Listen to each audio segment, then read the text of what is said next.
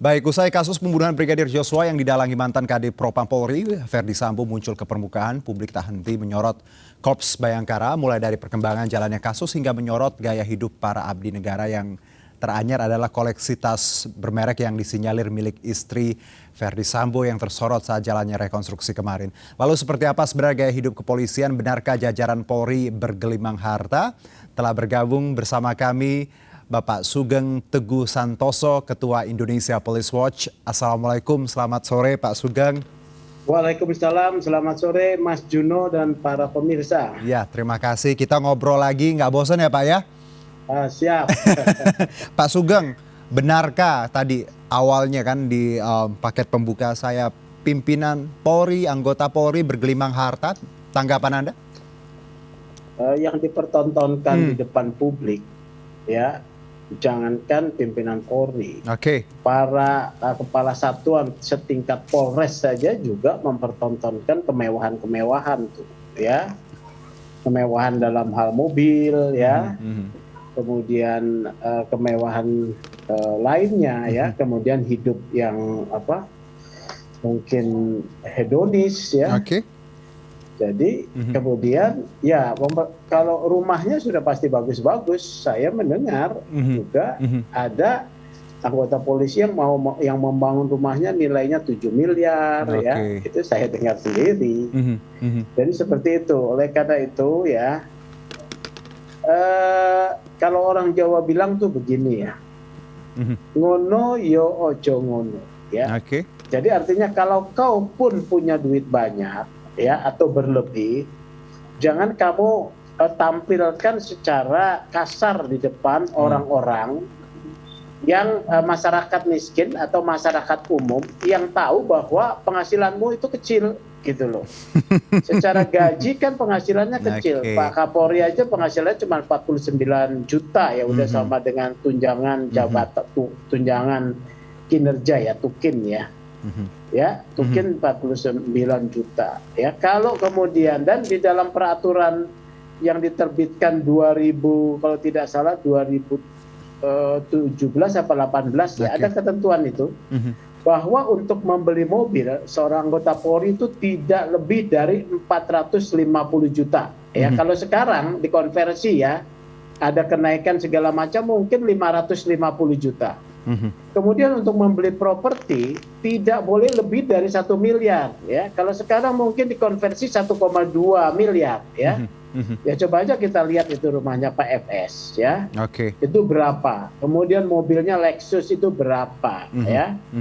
Jadi memang dari satu sisi itu, ya, tidak bisa memberikan keteladanan. Padahal dalam kode etik sudah jelas bahwa seorang pejabat Polri jangan mempertontonkan kemewahan, ya, kemudian juga bisa memimpin keluarganya untuk tidak mempertontonkan kemewahan seperti itu.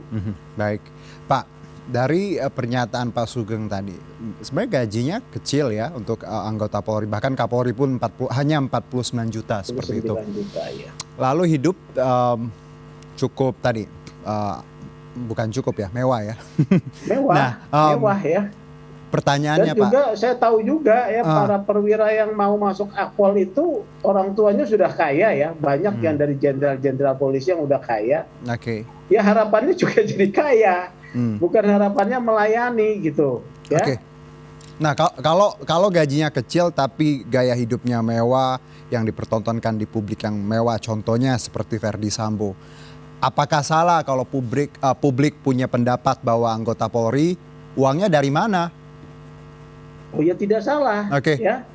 Problemnya memang tidak diterapkan satu proses pembuktian terbalik, ya, pembuktian terbalik itu tidak diterapkan dalam hukum kita ini, ya, kecuali dia kena perkara, gitu, ya. Nah, kalau uangnya dari mana, di dalam ketentuan Polri juga ada memang, ya, ini yang menjadi bias, ya, bahwa anggota Polri, ya, dilarang memiliki saham ataupun saham, ya, terkait dengan perusahaan yang ada di bawah kewenangannya dalam wilayah jabatannya. Jadi kalau dia punya perusahaan yang di luar wilayah kewenangannya boleh, ya. Misalnya dia di Jakarta, seorang pimpinan polisi, Polres, Polsek segala macam. Kalau dia punya usaha nanti di luar Jakarta sana, punya tambang gitu ya, nggak ada problem, ya. Oke. Nggak ada problem nih. Nah ini juga peraturan yang menjadi bias, itu ya satu. Kemudian kedua, ya penyalahgunaan jabatan banyak terjadi. Sudah banyak lah ya kesaksian-kesaksian soal konsorsium ini, ya ada menerima jatah gitu ya, kemudian memanfaatkan pekerjaannya untuk kepentingan pribadi. Ini ada soal kasus narkoba ya. Banyak polisi terkena terkait narkoba, menggelapkan barang bukti, menjual ya, kemudian mengedarkan ya, kemudian memakai. Nah, narkoba ini kalau menggelapkan, menjual, mengedarkan, ini barang mahal nih. Ya, barang mahal.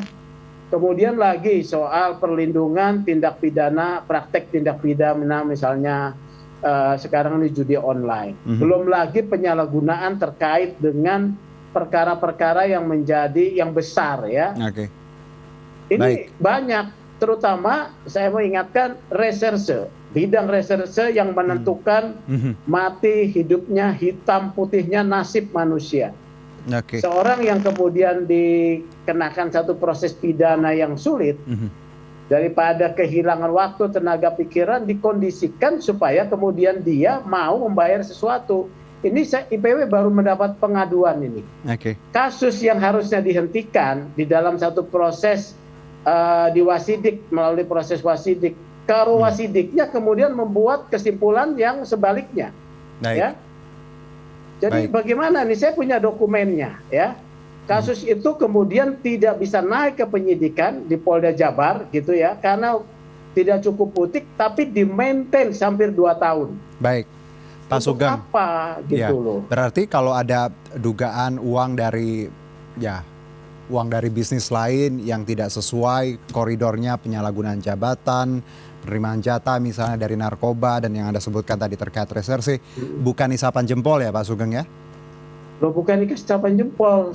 Sekarang ini banyak mengalir pengaduan masyarakat, segala penjuru ya ke IPW setelah kebanyakan IPW diwawancarai. Dan ini bukan baru ya Pak Sugeng ya? Bukan baru ya. Lalu kenapa Pak Sugeng, kenapa hal seperti ini tidak pernah ya, karena ini bukan baru pengawasan oleh atasan dan juga kewenangan yang besar nih mungkin oleh satu propam ya. Mbak Intelkam ini sepertinya harus diberi kewenangan tambahan melakukan pengawasan terhadap anggota. Jadi sebagian kewenangan Paminal harus diserahkan kepada Mbak Intelkam, itu satu. Kemudian Pak Kapolri harus diingatkan kembali nih Pak soal potong kepala ya. Bersamaan dengan perkap pengawasan di mana 2 tingkat di atasnya harus ditindak. Ini harus dihidupkan kembali ya. Kita tidak boleh lupa, tidak boleh lalai atas janji Pak Kapolri di tahun 2021 itu ya. Baik. Nah, kalau kita kembali Pak Sugeng tadi lebih spesifik lagi, kita lihat bagaimana publik kemarin agak tersita ya, ke distract bagaimana soal tasnya Ibu PC dan juga rumahnya yang mewah, ada lift juga. Anda melihat dari gambaran ini, apakah yang dimiliki Ferdy Sambo ini wajar atau tidak wajar sebenarnya? Tidak wajar dong. Sangat tidak wajar. Berapa gajinya Pak FS ya? Pasti di bawah Pak Kapolri, penghasilan Tukin juga dengan gaji pokok ya. Pasti di bawah Pak Kapolri. Mampu seperti itu dari mana? Apakah praktek dokter gigi Ibu Putri menghasilkan jumlah uang yang besar? Ya, pertanyaan juga. Ya. Pak Sugeng, kalau pembiaran seperti ini, apakah ada kemungkinan bahwa kenapa selama ini FS ini aman ya? Karena mungkin juga memberikan upeti juga kepada yang... itu yang saya bahas di dalam yang namanya geng mafia Sambo. Ya, saya bahas. Soal relasi kuasa ya, mengapa Sambo bisa menyeret 97 orang jatuh ke dalam jurang kegagalan. Itu soal relasi kuasa. Mungkin fasilitas diberikan ya untuk kenaikan pangkat sekolah dalam Satgasus, dan juga atau dalam posisi sebagai Kadipropam, dan juga mungkin soal peredaran uang yang besar dikaitkan dengan konsorsium perlindungan terhadap judi online atau tindak pidana lain. Baik. Ya. Gitu. Pak Sugeng, kalau kita satu ini terakhir ya, singkat saja. Kita lihat bagaimana tadi kita highlight gaya hidup polisi dan anggota keluarganya. Verdi Sambo bukan satu-satunya. Banyak sekali di luar sana yang juga menjadi sorotan publik. Apakah Anda optimis ke depannya ada perbaikan perilaku dari kesatuan dan juga keluarga? Mengingat ini kan contoh kasus yang besar. Apakah nanti harus ada tadi peraturan yang jelas, efek jera yang jelas agar hal seperti ini? Saya tidak optimis ya, kalau orientasinya masih pada materialisme, pada kekayaan, saya tidak optimis ya. Baik. Oleh karena itu kerja keras pengawasan terhadap kinerja Polri itu perlu. Peredaran uang, penyalahgunaan suap, pemerasan itu praktek yang terjadi ya. Saya mau sampaikan begitu. Oke, karena kita tahu tadi gaya hidup dari yang keluarga polisi sering dipertontonkan di publik dan bukan satu dua ya Pak ya. Pak Sugeng pasti sudah tahu banyak sekali laporan. Banyak pengaduan pada kami. Dan ya, ini bahkan dalam promosi jabatan segala macam. Oke. Jadi ini sebenarnya wake up call ya untuk banyak orang di luar sana anggota polisi. Mari berbenah ya. Kalau tidak bisa celaka. Kepercayaan publik itu rendah. Ya. Baik. Survei-survei itu tidak menjawab sebetulnya. Baik. Ya. Pak Sugeng, terima kasih sekali atas waktu dan kesempatannya.